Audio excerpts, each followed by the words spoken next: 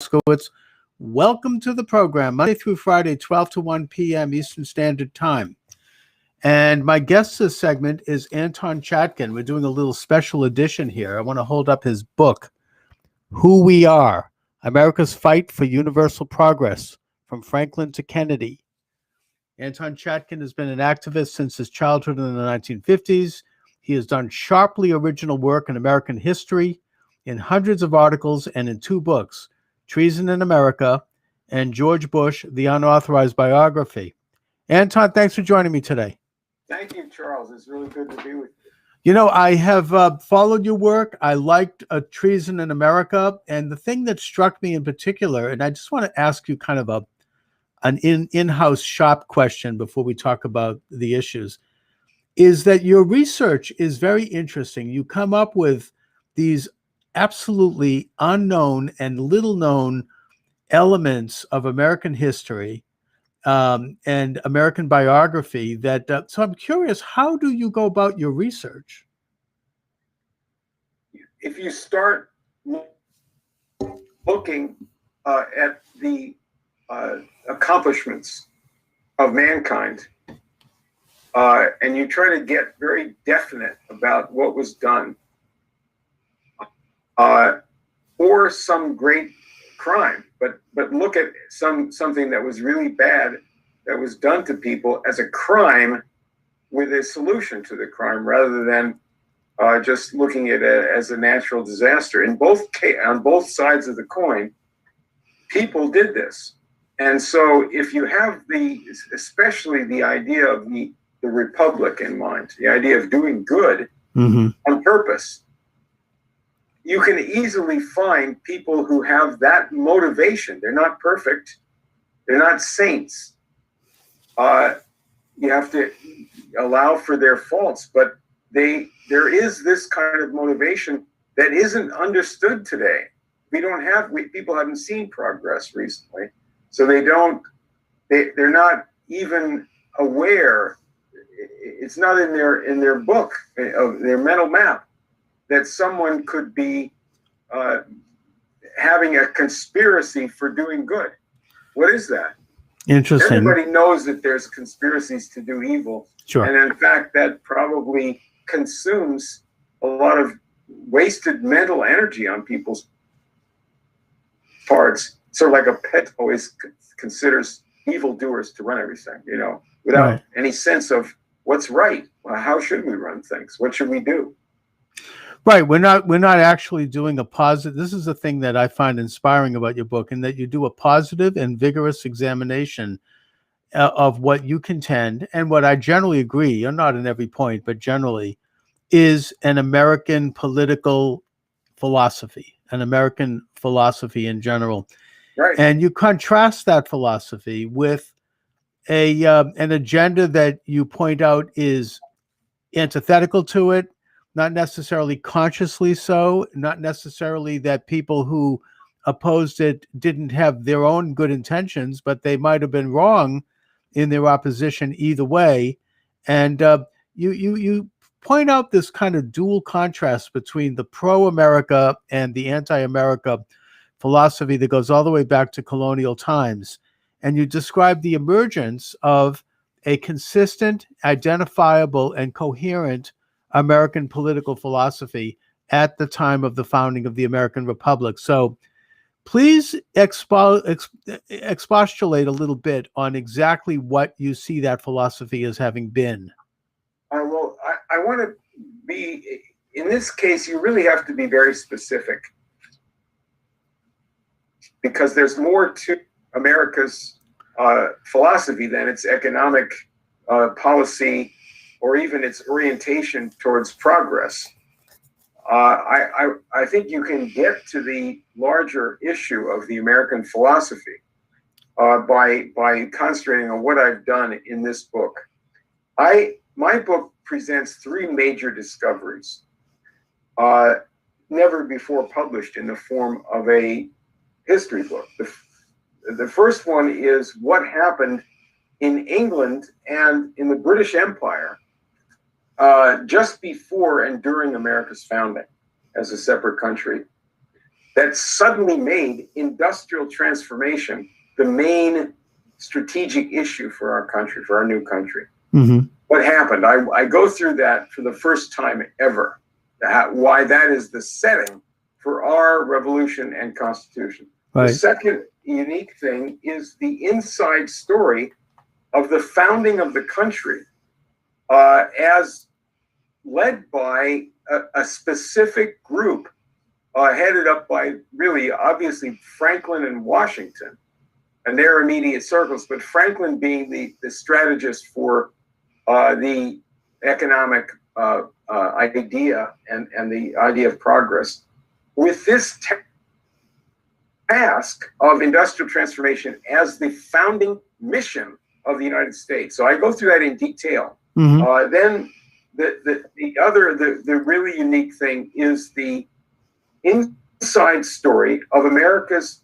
industrial transformation that began in the 1820s. So this is the first account of the Industrial Revolution as a deliberate and organized transformation of the American economy. And the organizers of this in the 1820s and 30s were a set of men who revived the founding program that had been put forward by Hamilton, but was a program of Franklin and of the Revolution. This program had been stifled in the 1790s mm-hmm. by up to the Second War with Britain, 1812, by the opposition of the Jefferson Party, representing the slave-owning interest and the imperial system. So these men in the 1820s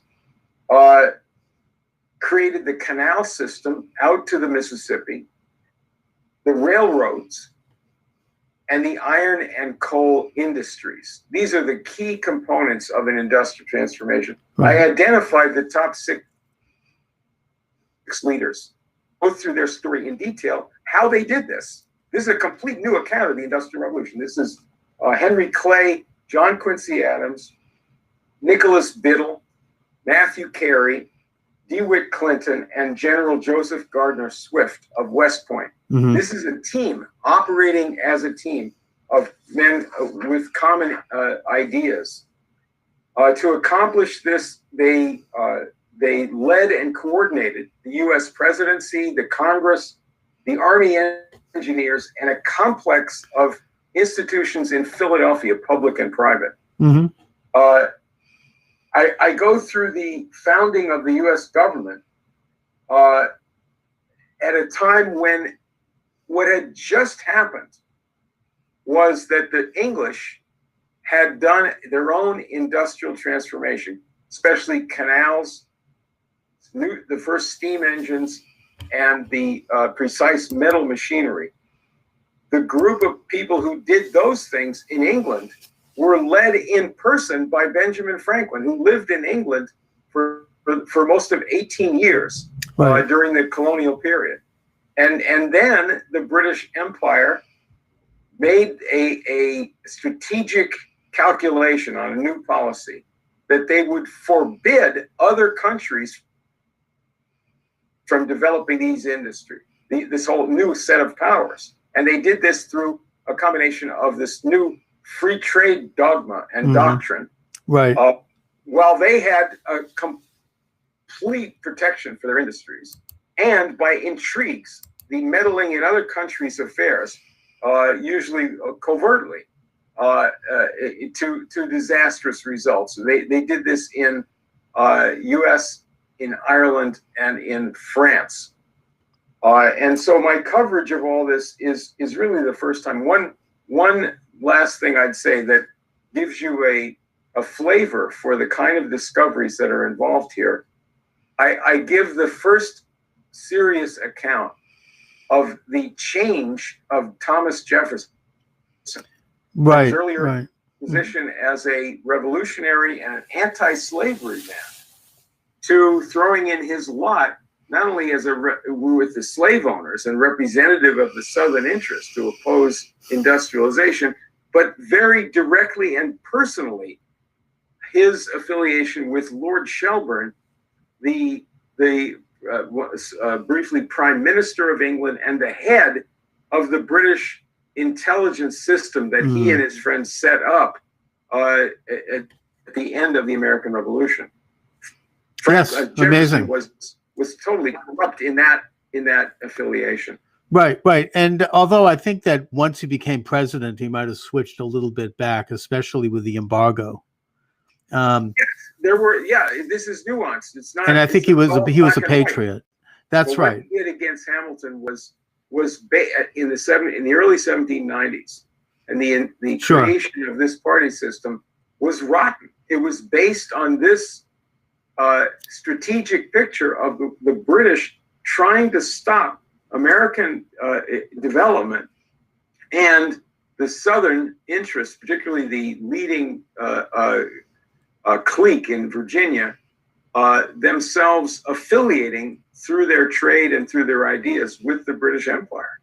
Right, and that the British were our main enemy up until the turn of the 20th century, and I was surprised to see that, like Shays' Rebellion in Massachusetts, that they actually sent a delegation to Quebec to try to get British help, and the British ended up trying to agitate with Native Americans on the frontier to attack and massacre Americans trying to settle the Ohio Valley. So, the same thing happened during the War of 1812 with the Hartford Convention. So this is an interesting history.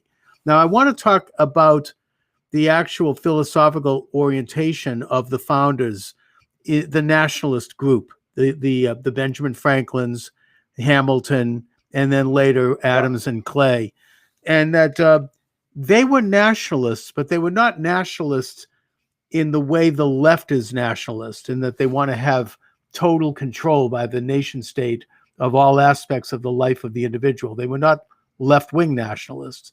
They were nationalists in that they wanted to have a strong enough and vigorous enough central government to operate in the interests of the people and to allow freedom and allow, free enterprise, but at the same time to protect the country from not only external military threat, but external economic threat and even cultural threat. And, they honored the nation state and the development of the culture of the nation, which is something that I think we should define further, because it's an element of true nationalism that I think that we often forget in this country. I know you may not agree with me, but I think that in an imperfect way, Donald Trump stood for that. And that's one of the reasons why there was such an incredibly vicious and hate-filled reaction to his presidency, because you have the internationalists, the kind of the British colonialists of our day, who want to turn the United States into a province of the world, and who want to believe in free trade in the unfettered sense as opposed to free enterprise. That they wanted to stop Trump and his movement because they saw that as a threat to their power, and it was and remains a threat to their power. I think that you're right about his candidacy, and his going into the presidency was clearly a threat to the globalist, not just the system, but the conversation about it. Right. I think that he did not address the nature of the problem. He didn't educate the public the way he should have, and he the situation devolved more and more into party politics, and it's an impossible quandary to get yourself into. This happened in the 1790s as well. That's what ruined the country for quite a while, for a whole generation. Right. But I think that when you're, first of all, let me just mention something about this left and right. When you say left wing, just like the word nationalist, but maybe even more so, that the left wing is a very widely varied thing over time, varying from people who are themselves, responsible nationalists, to trying to develop their own countries, to crazed insurrectionists trying to incinerate civilization, like the worst aspects of the French Revolution. And things that we've seen under the communist system in its worst features, you know, Cambodia or whatever, things like that.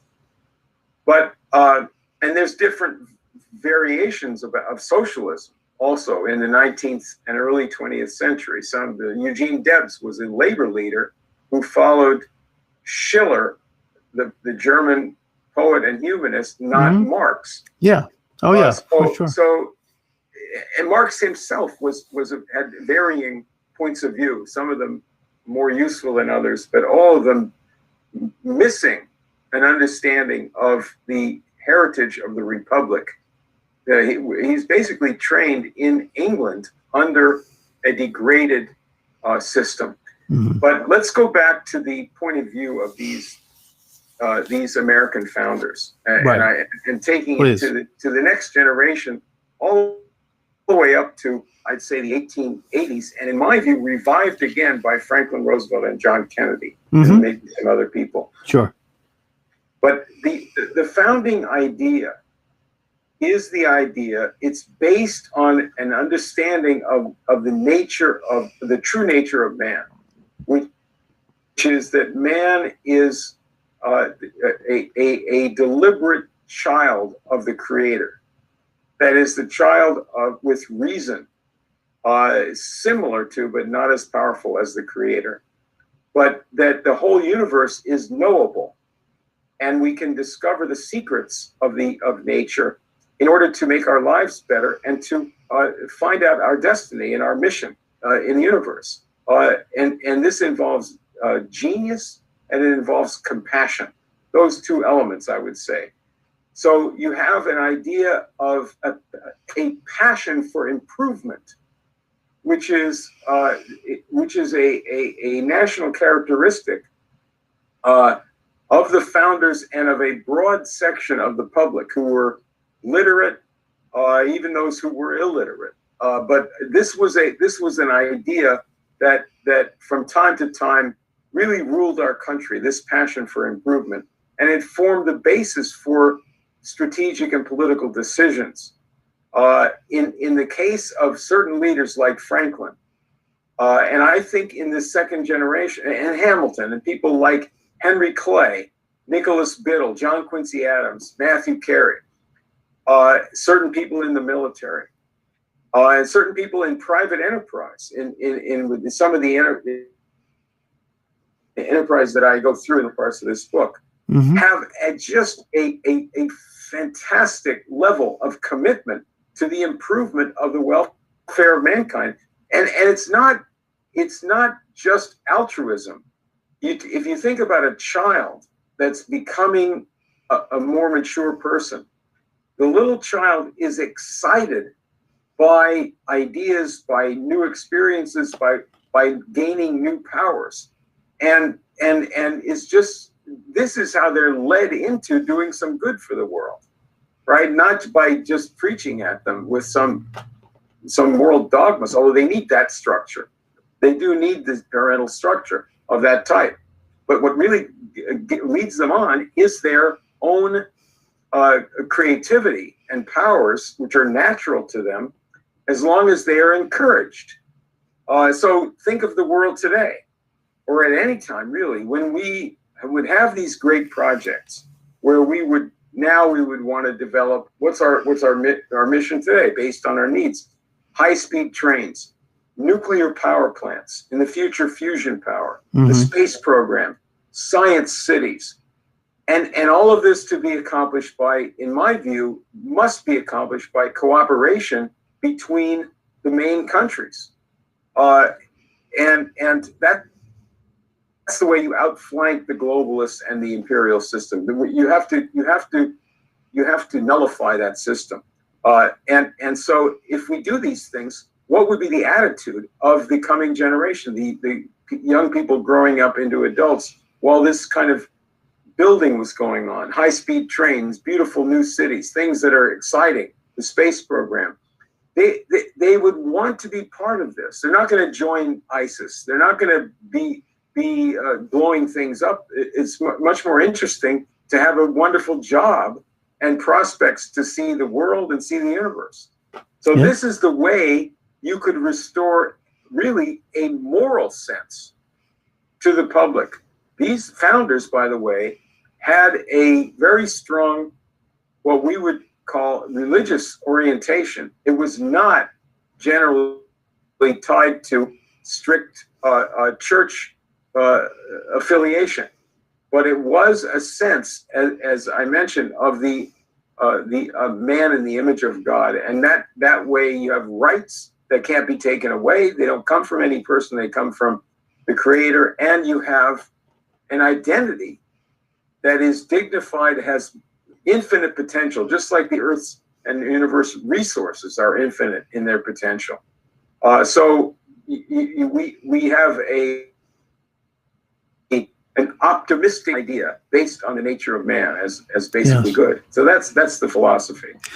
Excellent. Thank you. I mean, you really laid it out, and I do think while you talk that our founding generation did have this sense of optimism, this sense of purpose, this sense of meaning that they could, in a sense, make a better world and make a better life for themselves. I mean, I think that the Jewish idea was, repair the world, tikkun olam, by showing truths and identifying truths, and in the process, identifying that which is false. And that which is true is that which advances our civilization and elongs our life and develops a better standard of living, a greater happiness. I mean, I think this is what the Declaration of Independence talks about, and that rights do not come from the state, but they come from the Creator. And we are operating in a limited form as images of God. We can't know all truth. We can't know everything, but we can know a lot. And we can capitalize on the knowledge that we can find out and can identify and build on that to create a better life for ourselves. And I think that, when I think of the founding generation, I think of people that did believe in this. They were creating industry. They were anti-slavery.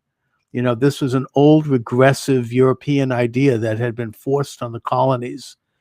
And that, in a sense, the way the British were behaving back then with the triangle trade and with denying the colonies the right to develop industry, they denied their right to have their own money, their own currency, their own bank. Instead, it had to go through the Bank of England, which was creating depressions, and their right to representative government.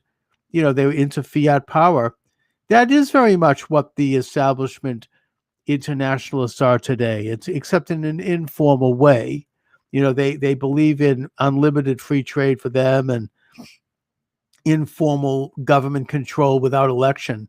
They leave in place the elected officials, but the real power continually resides, and this has been the case, especially since the early 20th century, I think with Wilson. I think that was a turning point to this sort of informal international cartel of business people and oligarchs, both on the business and cultural and political and even the religious level, who tend to usurp power from the average citizen under God. So, by getting back to the basic American ideals that this country was founded on and that were emulated by other countries around the world,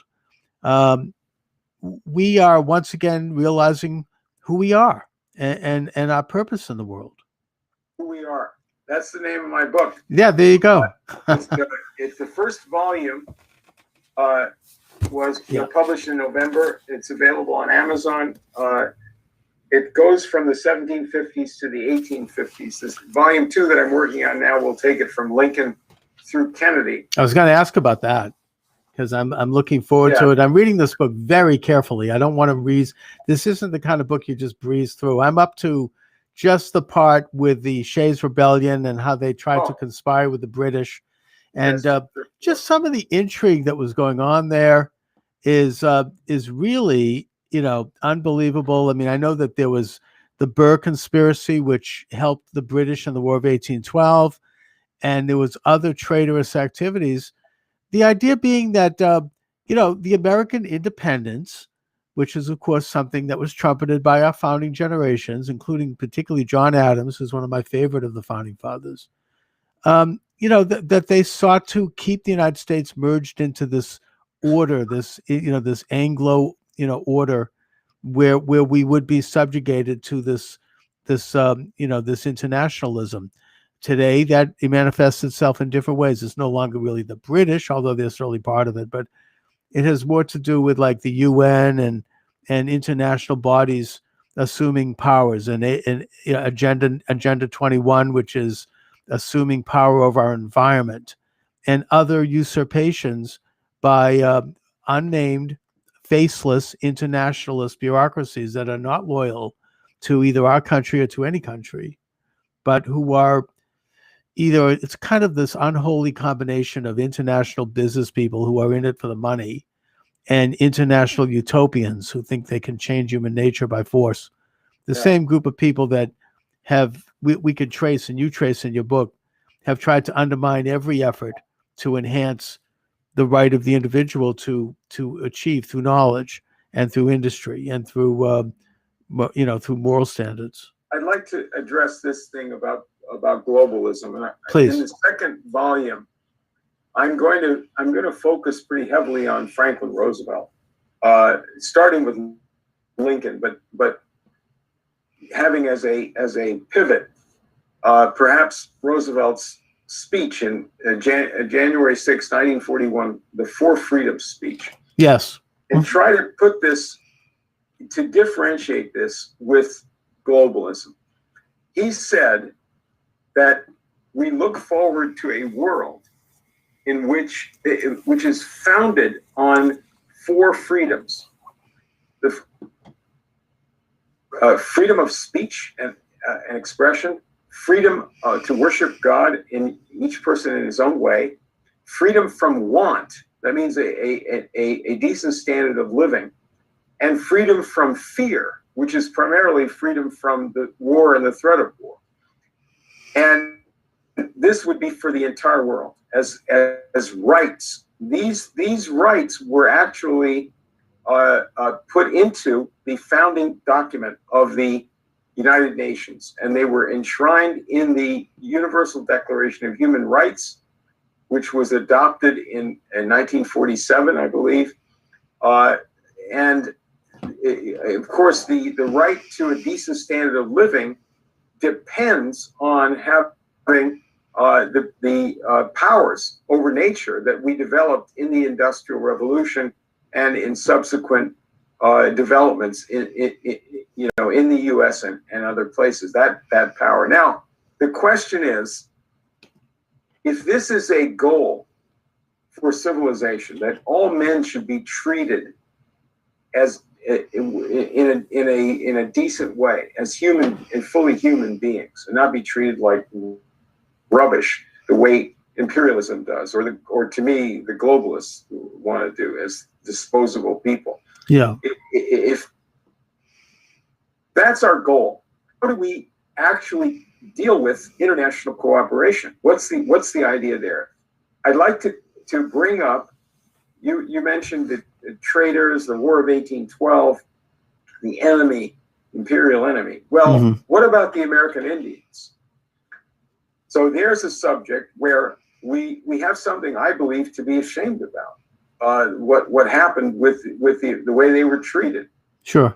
The best U.S. leaders wanted to assimilate the Indians and give them real help to participate. But this did not prevail as the policy. People like Andrew Jackson and others led the way against this. But there was a whole endemic problem where we did not stress as a primary goal offering the hand of friendship to the people whose way of life we were either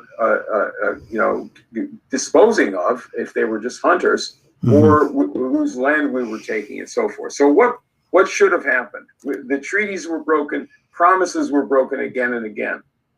And what should have happened is that we should have offered very serious, generous resources to those people who we were displacing, to induce them and to offer them a place a full place in our civilization.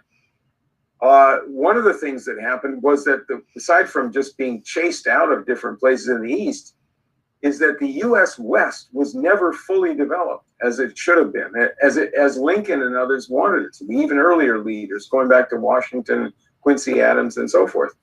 We should have been developing industry and modern agriculture in the West fully, and have a much greater population there. If we had fully developed the industry, agriculture, and resources of the West, then there would have been a generous availability of resources and profits and jobs for Native Americans, and not being tossed onto reservations with bare bones, if that, of existence. So what is the responsibility, and really the only practical way for our country or our civilization to work with other countries, other cultures, other people? It has to be based on extending this hand of friendship. It isn't giving up our self-government. It isn't asking them to give up their self-government. It's knowing that the task that faces everyone, that is getting a decent living standard, is our common challenge. And I gave a presentation in England in February that's on my YouTube station. It's with the Lunar Society, the reconstituted group of Franklin's old group. Yes. And then I wrote an article which is on their website, and it's called Compassion and Human Progress. And I brought up Africa. Right now, there's 500 million people in Africa without access to electricity. How are they going to get that? There's 100 million children or more who are basically starving in Africa. Right. So if you say, well, I like solar power and windmills. Well, you like it, but what do these people need to survive? They need hundreds of gigawatts of electricity. They need it now. They also need very large-scale freshwater movement projects, canals, pipelines, maybe desalination, but definitely moving the water. But the energy is primary. They're not going to get it from coal-fired plants. That's just out of the cards now. Right. Not even talking about the questions related to global warming. We need nuclear power plants. That's the next step. China and Russia are both involved in doing that. We used to be involved. Kennedy helped them build a great dam in Ghana, right. Working with the president of Ghana. Why aren't we doing that now? That's our job, is to have our own development, develop our own country, the infrastructure, the ideas that go back to industry, modern 21st century industry, and help in the reconstruction of the world as sovereign nations, respecting the other countries as our partners and themselves self-governing. And that's right. That's the way you do it. You have to keep in mind, show good faith, like we didn't show to the American Indians when we made promises that were not kept.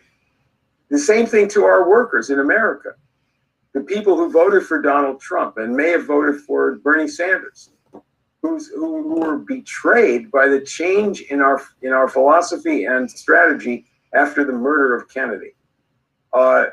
They lost their jobs, they lost their cities, they lost their future. That's a disgrace. How can you address that? They don't have faith in the establishment. The establishment betrayed them. So that's the root of the problem. So you have to show good faith. Don't say, well, we're going to cancel your automobile, or we're going to throw some form of shame on you, whatever. You have to have an approach that would have majority backing, because it offers a real future for those people who can contribute and who are not now contributing. That's a racial issue. That's an issue of unemployment. That it brings in a lot of other questions. But I believe that in the recent decades, our society has failed. We're basically, in many respects, a failed state.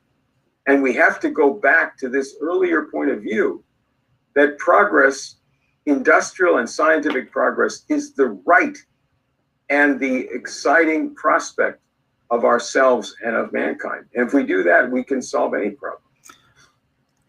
Amazing. I certainly agree. I mean, just a thought I have is that the United States started putting Native Americans on reservations.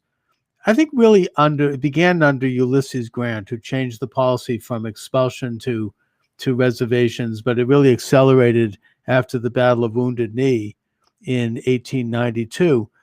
More recently, in 1973, with the Second Battle of Wounded Knee, you had testimony before Congress by Russell Means, who was one of the Native American heads of the Ogallala Sioux tribe, who said that if you want to see the failure of socialism, you need look no further than the Indian reservation, because these are corrupt governments, mostly, not all, who are acting like local tin horn dictatorships, and they're not pro-business, they're not pro-industrial.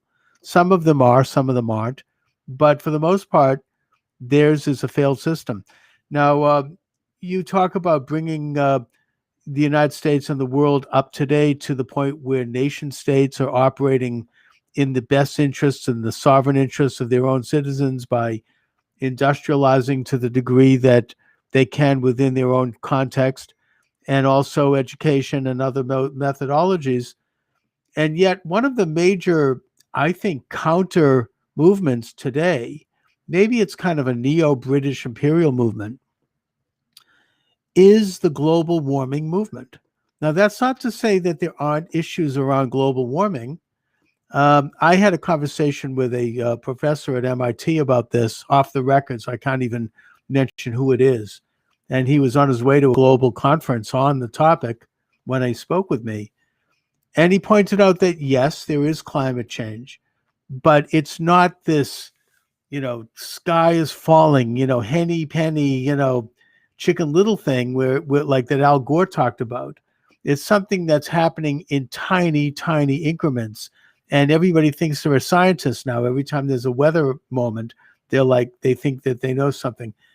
And the result is a kind of a Luddite, anti-industrial attitude.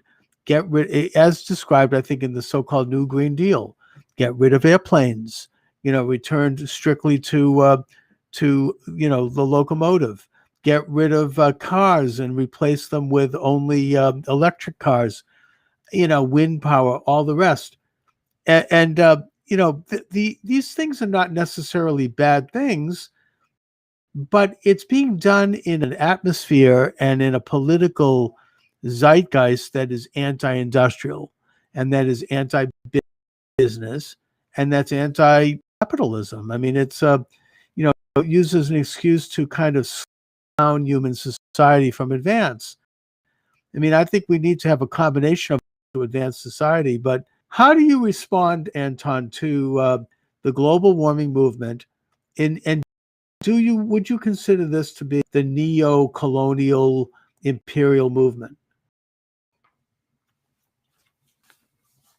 Certainly, this the attitude to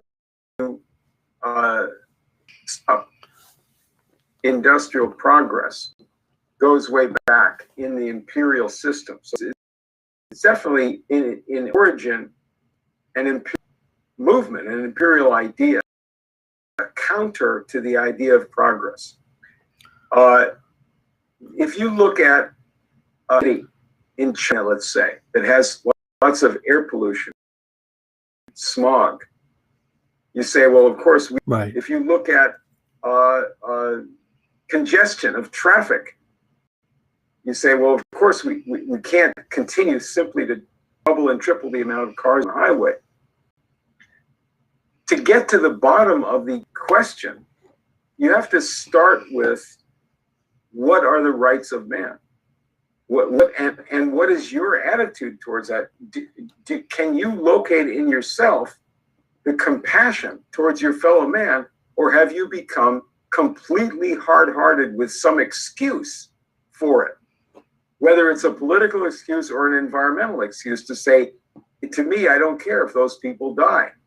And one of the questions I asked in this article for the Lunar Society was, do the lives of the poor matter? If you simply say that we're not going to have electricity, modern, powerful electricity for Africa, those people and those children in particular are going to die. Yeah, no, they don't have hospitals, absolutely. they don't have sufficient food, they don't have anything. So do you have this compassion? So compassion is not sufficient in and of itself. It has to be connected to a way of solving problems, real human problems. That involves skill, it involves organization, it involves institutions, it involves material progress, physical progress. There are very well-known ways that these things can be done. Many of the things that are addressed hysterically by the worst fanatics involved in radical environmentalism can be addressed in a different way. For example, the question about automobiles. You don't ban automobiles. You don't need to ban automobiles. What you need to do is develop a really modern and effective for our time transportation system. Yeah, yeah. Automobiles are they in a sense they're outmoded, but if you ban them, you're just taking away people's freedom and not solving any problems. How do you get to work? Why must you be forced to go to work in a car? Why shouldn't the car just be for your personal use rather than forcing you to commute with thousands or millions of other unfortunate people like a cult that's all moving and stopped in traffic? It's ridiculous. We're the United States is way behind other countries. And people say, well, where would you get the money to build modern transportation system, inner city and inner city? The question is only rhetoric. It's not intended as a real question. Mm-hmm. In order to find out where you get the money, study our history. How did we do it in the past? Don't just we allowed innovation and invention. I mean, I'm watching, I think that with all the regulation we have in this country, we're stifling innovation with, the high taxes and all the rest. And I mean, I'm watching on YouTube and on TikTok, I'm seeing these videos of people who are developing ability for human beings to fly. And I'm not kidding. They actually have the mechanism by which they show these guys jumping off the cliff, and they've got these machines and they're flying and gliding, and it's incredible. And other flying machines. I mean, these are technologies that we could be developing if we had a more positive business atmosphere. We had one that actually enhances and encourages entrepreneurialism and investment and honors that instead of denigrates it. And as you say, in the overall sense, the development of science and the awards that would come from such development need to be encouraged by the government. It's in a way the role of the government to play the positive bully pulpit element of that. Like how to help entrepreneurs advance their craft. I think that you have to pay close attention. Go back to this question of compassion. You have to pay close attention to the serious central problems faced by our country and other countries, and say that there are definite, very large-scale needs that you have to get a solution for. In our time right now, and I would identify a few of these. One of them is modern mass transportation. That means high-speed trains between cities Mm-hmm. and between countries. It means modern transportation within cities. This is electric, maybe maglev, and even faster. Yes. A personal flying machine may be fun and maybe a good invention and could probably make some money off of it. But I'm identifying things that we have to do and that are vitally needed all over the world. Right, the big infrastructure things. I mean, here in Boston, where I am, they have the high speed Yeah. rail that could take someone ahead. from Boston to New York in 1 hour, but the problem is that they can't turn it on because people in Connecticut don't want it because it runs through their backyard. So you have, you've got some issues around it. But putting that aside, Anton, I'm kind of running a little out of time here. I'd like to have you back very soon to follow up. I want to talk a little bit about the Kennedy assassination for one thing. And I want to continue reading your book so I can have you back to do a second part in a couple of weeks. I really, let me just once again hold up the book. It's there it is. Who We Are. Excellent. America's Fight for Universal Progress. This book is available at all major bookstores. It's excellent. I am really getting a lot out of reading it. Your research is par excellence and very unique in the things that you uncover, which are incredible.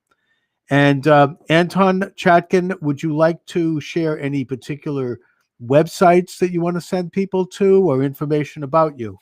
Yeah, the book has its own website. It's called whowearebook.com. And that has the chapter summaries. It has pictures, all the color pictures. Oh, yeah, excellent. They're not in the paperback, by the way. They're in the Kindle version, if you can get that too. Well, this book has some good pictures also. And I would encourage people to, it's a very nice book. Yeah. So I'd like to encourage people to write a review, get it up on the Amazon website and get in touch with me through the website with your comments, your criticism, any questions you have. I'd love to talk about the modern issues like you discussed. You mentioned Kennedy. I think that to sum it up, one thing Donald Trump could have done that he didn't do, if he wanted to really stir things up, is simply ask a couple of questions before the public. I'd say 2 questions. Yeah. We don't know who killed John Kennedy. There was no trial. The public has a right to know. And we should have a serious inquest. And then the other question is that we changed our system after he was murdered. Who did that and why did they do it? And was the earlier orientation better than what came after? Just ask those. These are fantastic questions. By the way, my good friend, Dr. Jerome Corsi, wrote a very good book about the Kennedy assassination where he talks about that. And I think Trump tried, in a way, it shows how deeply entrenched this internationalist establishment is, in that President Trump did try to release the classified information about the Kennedy assassination. And even he, as sitting president, could only release a portion of it, which shows how powerful they are. Anyways, Anton Chatkin, again, I want to thank you for joining me this afternoon. Great talking to you, as always. Thank you, Charles. Very, very fun. All right. Take care. Bye. Bye-bye.